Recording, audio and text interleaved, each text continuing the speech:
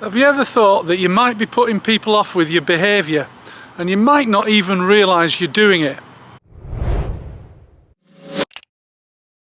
In this video I'm going to cover some of the things that I encounter on my travels when I meet up with people.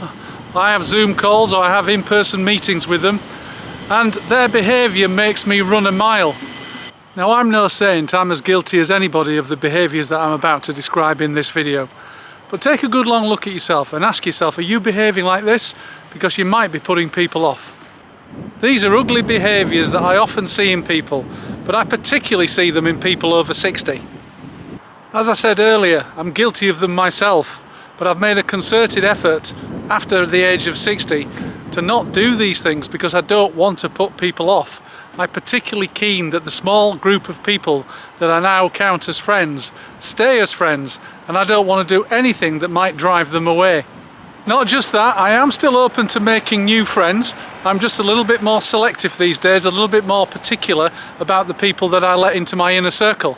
I made a video recently about how I avoid people after I turned 60, and these are the behaviours that particularly turn me off people and make me want to stay clear of people.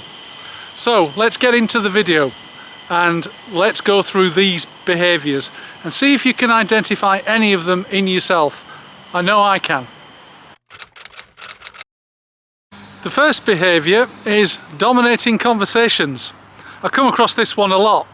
You must have experienced it yourself, where you hook up with somebody for a chat, maybe on Zoom or something like that, and a virtual phone call, and they just talk at you for 10, 15, 20 minutes, and you're there listening and you're thinking to yourself, please let me talk as well. All they want to do is talk about themselves and their life and what's going on with them. Well, it's the worst thing you can do. Nobody wants to know, nobody's interested. You're much better off being the kind of person who takes an interest in other people and asks them questions. Next on my list, and it's very closely linked to number one, is excessive boasting. Again, people who just like to talk about themselves and their achievements, what their children are doing, what their children have achieved, what their brother or sister might be doing. If you've encountered these kind of people, I would advise you to run a mile. We don't want to know, we're not interested in what you're doing. So look, at the end of the day, these kind of people are not going to be good company in a social situation, and they're not going to be getting many friends. Conversations are supposed to be two-way, and the last thing we need is to hear about the achievements of other people all the time. Next is making quick judgments. They say that most people make a judgment about other people within 30 seconds. I don't know if that's right, but that's a quick way of making a judgment. At least take a little bit of time to get to know people before you make a decision about them. Bearing in mind points 1 and 2, of course. It's very easy to make snap judgments about people. And I've always believed that you're better off just taking your time to make decisions about people. First appearances are not always correct. The next ugly behaviour that's on my list is demanding respect just because of your age. Just because we've got miles on the clock doesn't mean that we should be respected. You are respected because of your actions and the things that you do and your behaviours, not because you've built a business or you've been highly successful or any of those kind of things. Behaviours are the key to getting respect. If you want people to respect you, then behave well towards them. Up next on my list is holding grudges. Now, I've got to be honest with you, this is something that I've been very guilty of over the years. I haven't been a very forgiving person, but I am now. If you've watched some of my previous videos, you know that I'm all for forgiving people. But it's negative energy to hold grudges. It just drags you down. There's no point. Move on, forget about it. Yes, people do bad things to you, it happens. But there's no point holding grudges. I mean, I recently made up with a friend of mine. He was a really good friend of mine for many years, and then about 20 years ago we had a bit of a fallout.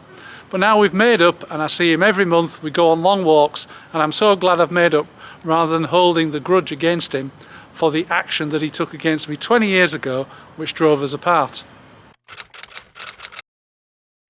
Next up is resisting change. I come across so many people, and I have conversations with so many people who just don't want to change. Their circumstances have deteriorated, they're not happy, things are not as good as they once were, but they don't want to change. They're stuck in their ways. They've always done it that way. How often have you heard that phrase?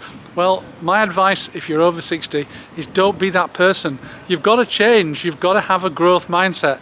Just because you're over 60 doesn't mean you haven't got the ability to learn new things, adapt, and become a new person.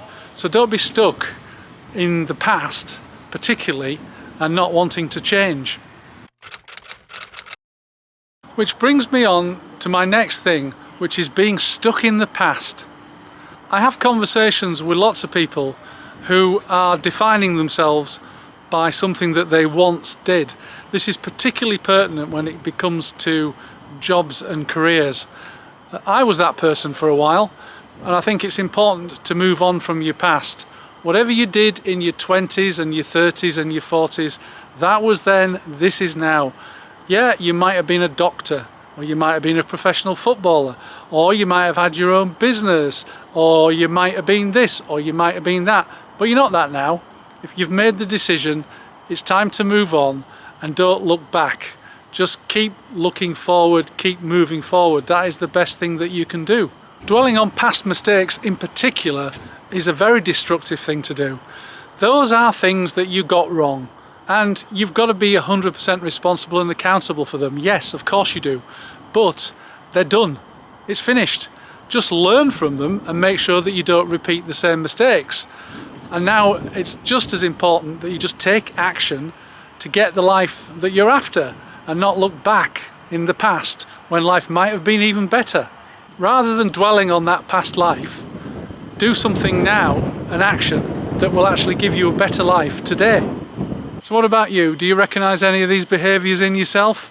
Leave a comment below. I'd love to hear your thoughts on this topic. But for now, this is going to be a wrap up, because I'm just about to go and meet somebody here at Rudding Park in Harrogate to have some lunch.